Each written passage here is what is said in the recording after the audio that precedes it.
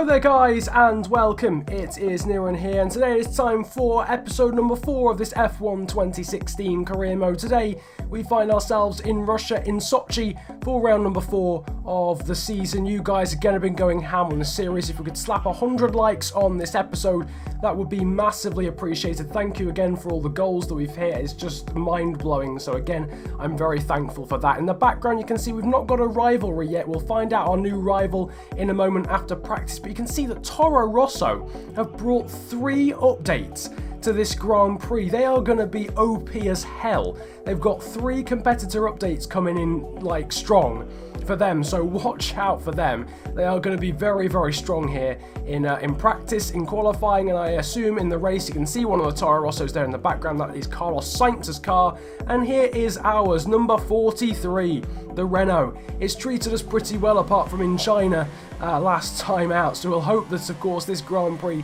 is a little bit better than in China. Maybe we can even beat our best result in Formula 1 so far, but first of all, just getting as always into track acclimatization in practice, and in the first possible opportunity, I think we got the best score. No, we got the green score, and now we're going out and trying to get the purple score. I think we've already basically hit it before we even get into the final few corners, but we're going to do those as a formality, and across the line we actually get bang on 525, so that's 50 resource points there.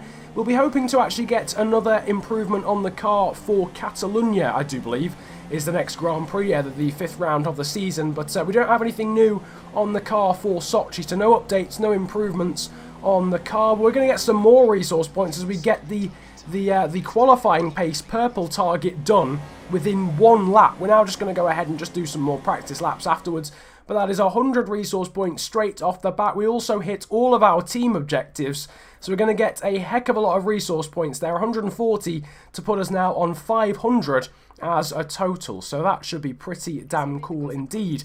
No new updates for this Grand Prix, but we'll be hoping with all those resource points to put some updates on the car for the next Grand Prix. In the background you could see though, that was our agent. She's telling us we've got a new rival, and it's Esteban Gutierrez, the Mexican driver. That seems pretty fair enough. He was directly behind us in the championship at the time, so yeah, that is pretty fair indeed. Now they're moving on to R&D, and we're going to improve our engine power with this ignition system, spending 425 of our 500 resource points on that, so that's going to be another upgrade for Spain, which could actually put us above Haas and Force India, so we'll have to wait and see on that one, but for now it's time for the qualifying report.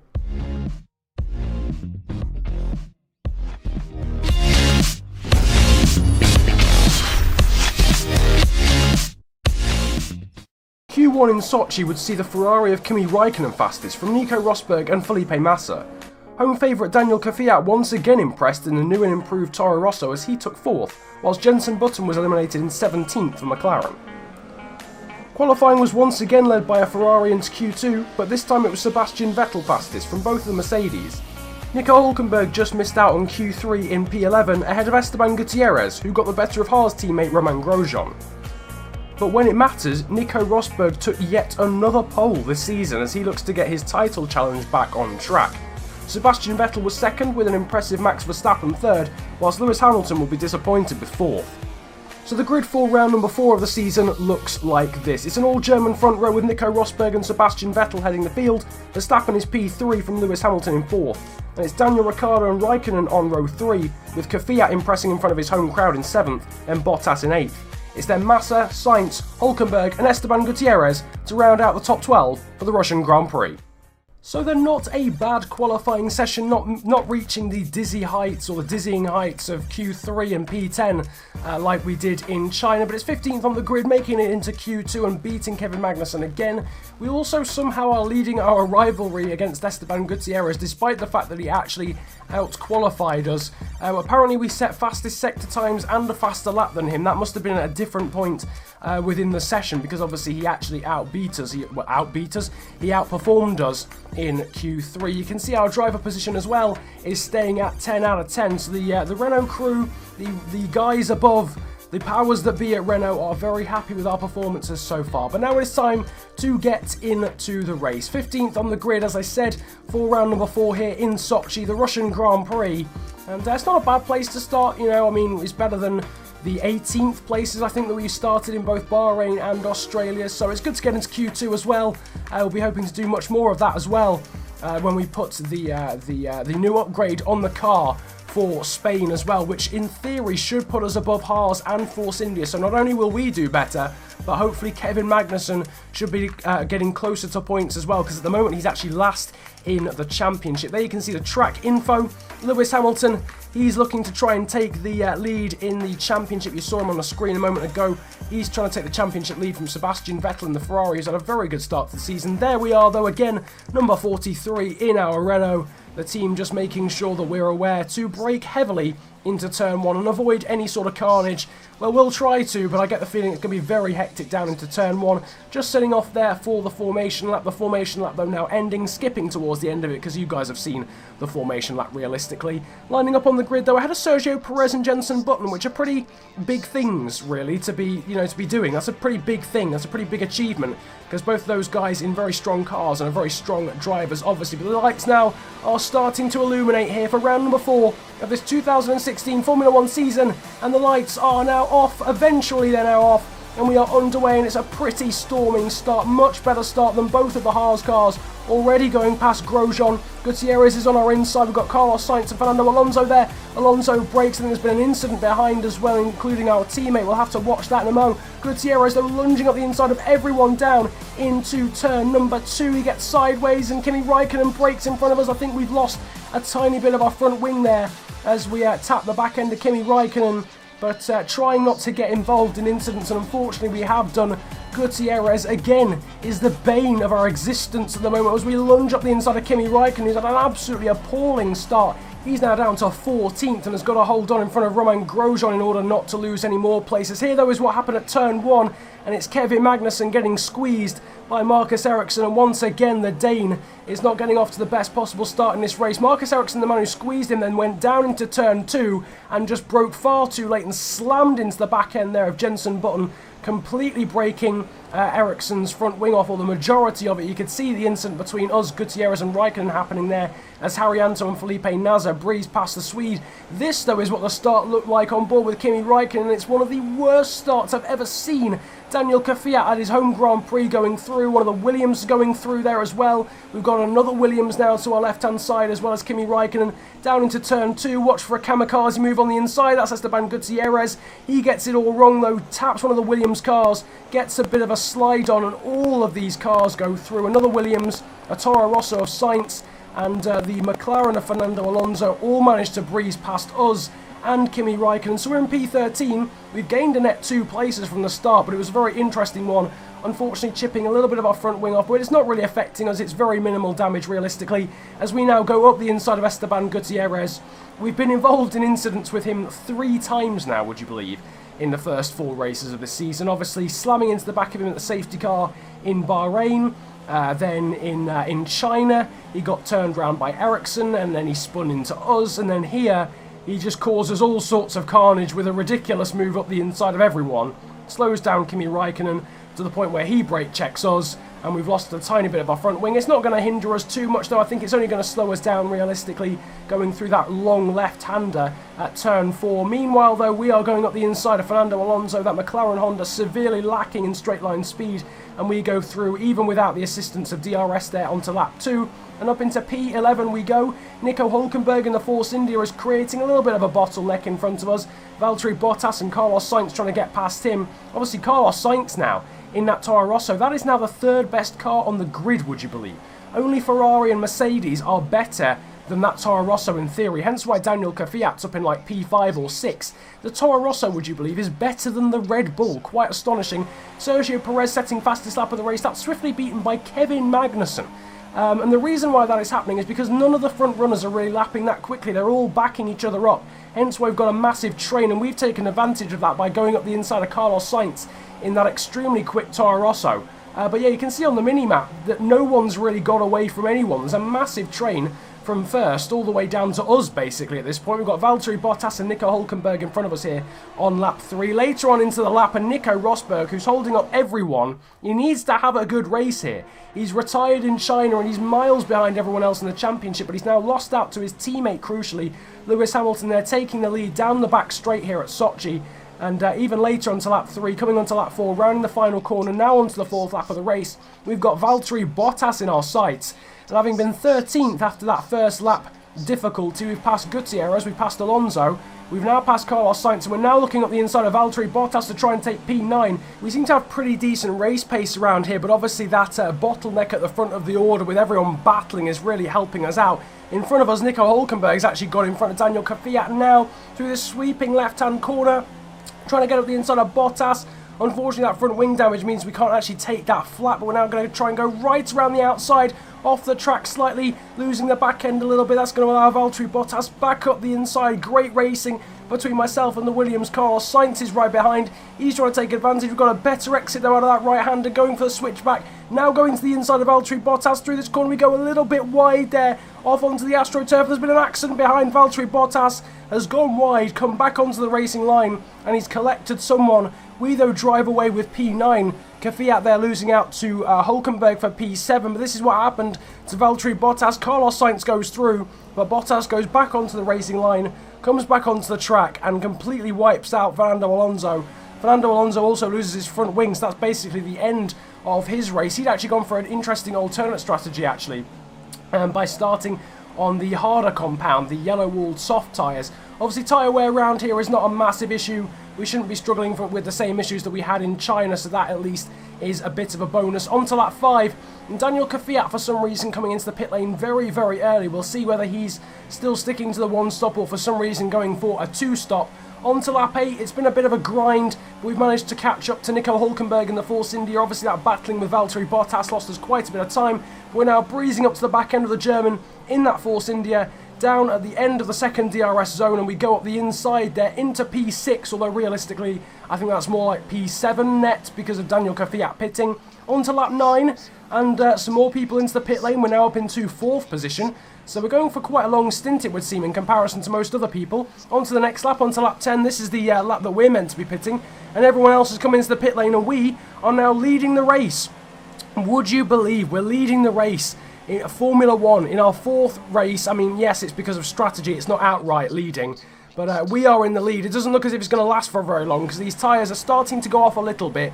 Not so much that they're undrivable, but a little bit, you know. I think Nico Hülkenberg has managed to conserve his tyres a little bit better. He has gone up the inside of us to retake the lead, or retake what is probably a net P7 or P8 at this point in the race. He's coming into the pit lane now at the end of lap 10, and we're going to follow him in. We've got the other Force India of Sergio Perez there behind us as well. He's going to stay out, obviously, because Hülkenberg is coming into the pit lane, slowing it down to make sure that we don't get a drive-through penalty, and sticking to the pit limiter. On to lap 11, and we are coming into the pit lane. Hopefully it is a good stop from the guys, but it's not going to be, because for some reason they're changing our front wing. We didn't need them to do that. Literally, the damage to our front wing was so minimal, and now we've lost a solid 7 seconds because the pit crew have decided that we need an entire new front wing. That just wasn't necessary at all. We literally, the only place, we'd probably lose about 2/10 a lap from having that tiny bit of front wing damage. Literally, we lost part of our end fence. We didn't even lose the whole end fence on the front wing, and they've decided that they need to change the front wing completely. We've lost 7 seconds. Probably for the rest of the race we might lose, what, a maximum of 2 seconds across the lap from having a bit of front wing damage, and they've decided that we need an entire new front wing. Hence we've now lost out to Bottas again, and we're now down from a net P7, we're down in a net P15. And once again, the pit crew or some sort of external force has hindered us again in one of these races. We've now got to fight all the way back through the order to try and take a point in this one. We seem nailed on for some really solid points in this race, but now it's not looking like that at all. The comeback, though, is starting with that man again, Esteban Gutierrez. We seem to be joined at the hip throughout this entire series. We've gone up the inside of him with a sort of switchback move there through that long left-hander. We're just going to, though, stick with Valtteri Bottas, see if he drags us up to the back end of people. But on to lap 14, he's not really making inroads on the Force Indias in front of him like I was expecting him to. So we are going to go up the inside of him and down at the end of the second DRS zone on the track. We take P13 off Valtteri Bottas. One thing I am certain of, though, even if we are sort of deserted by luck in this race when it comes to that front wing change. Our pace around here has been very solid, so with that big upgrade that's coming in Spain, we should be very much on the pace and looking for solid points at the Spanish Grand Prix. It's taken a while, but on to lap 17, and we've caught the first of the Force Indias, setting a purple middle sector. Up the inside of Sergio Perez we go. That seems to be our favourite overtaking place at the moment. We overtook Hülkenberg there, we've overtaken Bottas there, and now we are past the Mexican driver Sergio Perez through there as well. Up into P12, but that's actually a net P11, because Jenson Button, who started on the harder compound, hasn't pitted yet. He's going to pit onto lap 18. As you can see, onto lap 20 he is now pitted. So we're up into P11, and we're going to try and chase down Nico Hülkenberg, who's in P10. And just a reminder, we came in right behind him, so that's a barometer. That just shows how much time we lost from that front wing change that was just completely unnecessary. It is going to take a bit of a grind, but we are now starting to hunt down Nico Hülkenberg, and we're going to try and take P10. The other times we finished in 10th in this series, we've been the hunted. The roles are reversed now. We are the hunter. We are hunting down Nico Hülkenberg in the second of those Force Indias. Obviously, as a reminder, we were battling him before we came into the pit lane. We found ourselves a good 7 or 8 seconds behind him. Now that we're looking up the inside, down into turn 2, and we go through. We poke our front wing up the inside. Hülkenberg gives us too much room, and we're up again into P10. We finished 10th in this series twice already. Can we make it 3 and 4? Valtteri Bottas, though, is going to try and change that. We, though, are into lean mix because we've burned a lot of fuel and a lot of tyre life as well, actually, in catching those Force Indias. So we're now in lean, and we're going to try and get back to optimal fuel, or just over when it comes to fuel. We obviously don't want to run out of fuel on the final lap. So we've saved some fuel, we've saved some tyre life, but unfortunately it means the Valtteri Bottas is coming back at us. He's trying to take that final point off us, down towards this very tight right-hander. Bottas trying to get around the outside. We lock up there on both front tyres, and we're just about going to squeeze around the outside of the Williams driver. We've had some wonderful battles with him so far this race, and that, I think, is going to carry on, because onto the penultimate lap of the race, Valtteri Bottas is going to have DRS down towards turn 2. He's obviously in that very, very quick Williams as well. This Renault is nothing in comparison. Obviously, when we get that upgrade on the engine, that will be slightly changed, but around the outside tries Bottas, but he's gone so wide, and he's held up the guys behind him as well. I think it was Esteban Gutierrez and Jenson... No, sorry, it's not Esteban Gutierrez. It's the two Force Indias of Hülkenberg and Perez. Jenson Button as well as catching this gaggle. He's on the super softs. Onto the final lap. Valtteri Bottas is trying one last assault down at the end of the second DRS zone. We've held on for now. Can he squeeze up the inside? It doesn't look as if he's got enough of an overlap.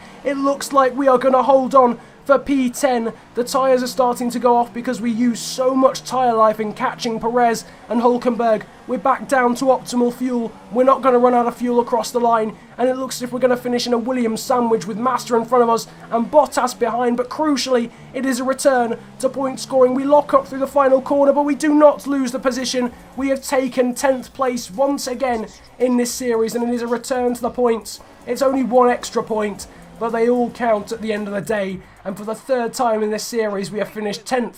And for the third time in this series, we have finished inside the points. It's another win, though, for Mercedes. Toto Wolff is happy. And again, it's a second win on the bounce for Lewis Hamilton. He will take the lead in the championship. Nico ROSBERG, his teammate, finally getting on the podium. He finished second with Vettel in third. Then it was the two Red Bulls of Ricciardo and Verstappen. So despite those massive upgrades for Toro Rosso, it's only 6th and 8th for Daniel Kvyat and Sainz, although that is still a pretty decent points haul. Raikkonen there in 7th, but we of course round out the points there in 10th, with Bottas, Perez, Hülkenberg and Button hunting us down there towards the end. Decent recovery as well from Kevin Magnussen. He definitely showed some good pace in this race. Obviously had that big spin at the start. Did well actually not to hit any barriers. Did well to recover from that. He gained 6 positions from that point in the race to finish 16th. Here though is the driver's standings. Hamilton taking the lead in the championship. And Daniel Kvyat, after a wonderful result for him at his home Grand Prix, he is now 3rd in the championship. Despite that point though, we have dropped another place in the championship. We're now down to 15th. But we've extended in front of our rival Gutierrez. Carlos Sainz grabbing his first points of the season means we drop that extra position to 15th in the championship. We remain though 9th in the championship, and we've caught Haas by 1 point because they did not score here in Sochi. Mercedes though taking the lead in the Constructors' Championship from Ferrari, then Red Bull, McLaren, Toro Rosso, Williams, Force India, and as I mentioned then Haas, us, Sauber and Manor. But what a race that was then. Nothing crazy in terms of like rain or safety cars, but some wonderful battling all the way through the race. You can see Resource points wise, we're up to 240 with 60 resource points off reducing drag. Resource points, sorry, off reducing drag. So after practice in Catalonia, we'll get that upgrade going as well. So that should be an upgrade coming in for Monaco. We obviously already have an upgrade coming in for Catalonia, that massive engine upgrade, which should see us go above Force India and Haas in terms of the car performance ranking. You can see we're absolutely smashing Esteban Gutierrez when it comes to the rivalry. Hopefully, in the next round, we won't have an accident with him, because it seems as if wherever we go, he's causing carnage for us. But hopefully, at the next race, we'll avoid any sort of incident. Hopefully, that big upgrade will result in a decent chunk of points for ourselves, beating our personal best finish of P10. Let's hope anyway. But that is about it from me. Very good race there. It's been a really good start to the season, really, when it comes to races. I hope you guys are enjoying the series. Drop in the comments section if you are, and if you have any sort of suggestions for how to improve these videos, then make sure to drop that in the comments section as well. Feel free to hit the likes button if you did enjoy, and subscribe if you're new around here as well. In the background, you can see the vehicle performance rating and just confirmation that that upgrade for Catalonia is well in the works. We'll have that for practice next weekend. Mercedes, though, ahead of Ferrari, then Toro Rosso, then Red Bull and Williams. We, though, aiming to sort of jump or leapfrog even Haas and Force India next time out. But you'll have to wait and see as to whether we do, because for now, that is it from me. It's been a pleasure ranting to you guys today. Have a great day, enjoy yourselves, and goodbye.